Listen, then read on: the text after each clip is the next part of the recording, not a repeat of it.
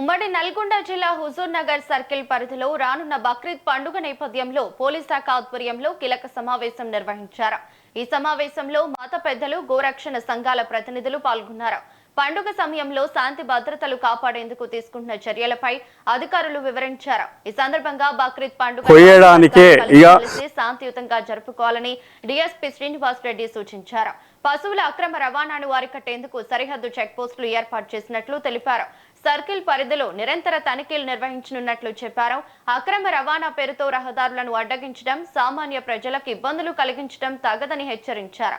ఎవరైనా అక్రమ రవాణా సమాచారాన్ని గుర్తిస్తే వెంటనే పోలీసులకు తెలియజేయాలని సూచించారు.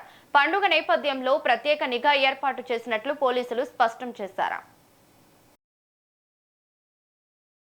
ఇక అది వ్యవసాయానికి యోగ్యం కాని ఇది జంతువు అని చెప్పి ఆ యొక్క వెటర్నరీ డాక్టర్ అనేది సర్టిఫై చేస్తే ఆ సర్టిఫైడ్ కాపీ అనేది మీ యొక్క వెహికల్లో కంపల్సరీ ఆ సర్టిఫికేట్ ఉంటేనే దానికి లీగల్ శాంక్టిటీ ఉంటుంది. లేకపోతే మాత్రం కేసు చేయడం అనేది జరుగుతుంది.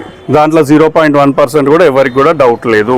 మీకు కూడా చెప్పేది ఏంటంటే మీకు ఏదైనా అట్లాంటిది ఏమైనా ఇన్ఫర్మేషన్ కానీ మీకేమైనా ఉండొచ్చు. ఇంకోటి మీరు ఏం చేస్తారంటే బేరేగాల్లో ఏదైతే నామ్స్ ఉన్నాయో అంటే ఈ యొక్క జంతువులను ఇక్కడ నుంచి ఇంకో దగ్గరికి తరలించేటప్పుడు ఏవి మూగజీవులు కాబట్టి వాటి చెప్పుకోలేవు కాబట్టి ఒక టాటా ఏసీలో ఎన్ని బర్రెలు పడతాయి?